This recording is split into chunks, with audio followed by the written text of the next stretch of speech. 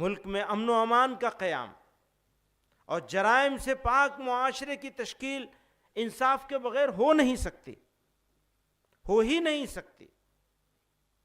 لیکن افسوس کے ساتھ یہ کہنا پڑتا ہے کہ گزشتہ کچھ عرصے سے بالخصوص بابری مسجد، طلاق ثلاثہ جیسے بہت سے مسئلوں پر فیصلے کے بعد یہ تاثر عام ہو رہا ہے کہ عدالتیں حکومتوں کے دباؤ میں کام کر رہے ہیں۔ اقلیتوں کے آئینی حقوق اور دستور کے بعض بنیادی اصولوں کی تشریح کی ایسی مثالیں سامنے آئی ہیں جنہوں نے عدالتوں کے کردار پر سوالیہ نشان لگا دیا ہے۔ موجودہ وقت میں عبادت گاہ ایکٹ کو نظر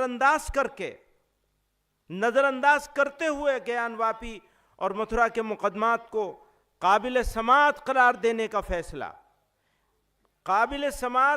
دینے کا فیصلہ بھی اس کی ایک واضح مثال ہے۔ یاد رکھیے، سپریم کورٹ اس وقت تک ہی سپریم کہلانے کا مستحق ہے جب تک آئین کی پابندی کرے، قانون کے حقوق کا خیال رکھے۔ اگر ایسا نہ کرے تو وہ اخلاقی طور پر بھی سپریم کہلانے کا حقدار نہیں ہے۔ تھوڑی تکلیف، اب جب عدالتوں کے بارے میں بات کر رہے ہیں تو مجھے یہ کہنا ضروری ہے، تھوڑی تکلیف رسن پھر تھوڑی سی تکلیف دار، ہمیں تیار ہونا پڑے گا۔ تھوڑی تکلیف رسن پھر تھوڑی سی تکلیف دار، اس کے بعد اے دوستو آرام ہی آرام ہے۔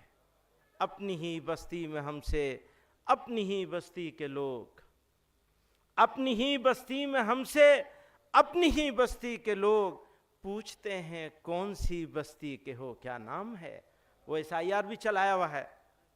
خدا کی جو خدمت یہاں رہ کر انجام دے سکتا ہوں وہ مدینہ منورہ میں نہیں ہو سکتی۔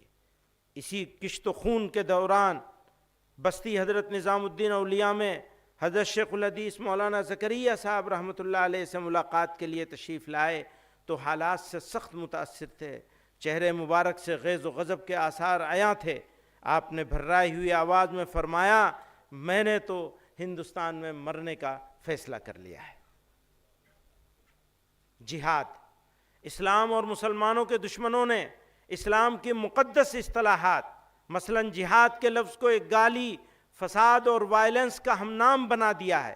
لو جہاد، لینڈ جہاد، تعلیم جہاد، تھوک جہاد وغیرہ جیسے جملے استعمال کر کے مسلمانوں کی سخت دل آزاری اور ان کے مذہب کی توہین کی جا رہی ہے۔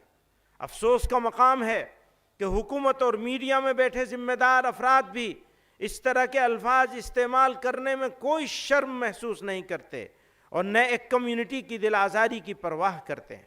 پرواہ کیا کریں گے؟ یہ تو اس کمیونٹی کی دشمنی میں کرتے ہیں۔ یہ تو پرانے دور سے چلا آ رہا ہے کہ کہیں بھی دہشت گردانہ عمل پیش آ جائے تو اس کو جہاد کا نام دے کر اسلام اور مسلمانوں پہ طعنے، تہمتیں اور ناحق الزام عائد کیے جاتے ہیں۔ یہ واضح ہونا چاہیے کہ اسلام میں جہاد ایک مقدس دینی فریضہ ہے۔ جہاد قرآن میں کئی معنوں کے لیے استعمال ہوا ہے، لیکن جس معنی کے لیے بھی استعمال ہوا ہے فرد سے لے کر سماج و انسانیت کی بھلائی، ان کی سربلندی اور ان کی عزت و وقار کے قیام کے لیے ہوا ہے۔ جہاں جنگ و قتال کے معنی میں استعمال ہوا ہے وہ بھی ظلم و فساد کے خاتمے اور انسانیت کی بقا کے لیے ہے۔ اس لیے جب جب ظلم ہوگا تب تب جہاد ہوگا۔ میں اس کو دوبارہ کہتا ہوں، جب جب ظلم ہوگا تب تب جہاد ہوگا۔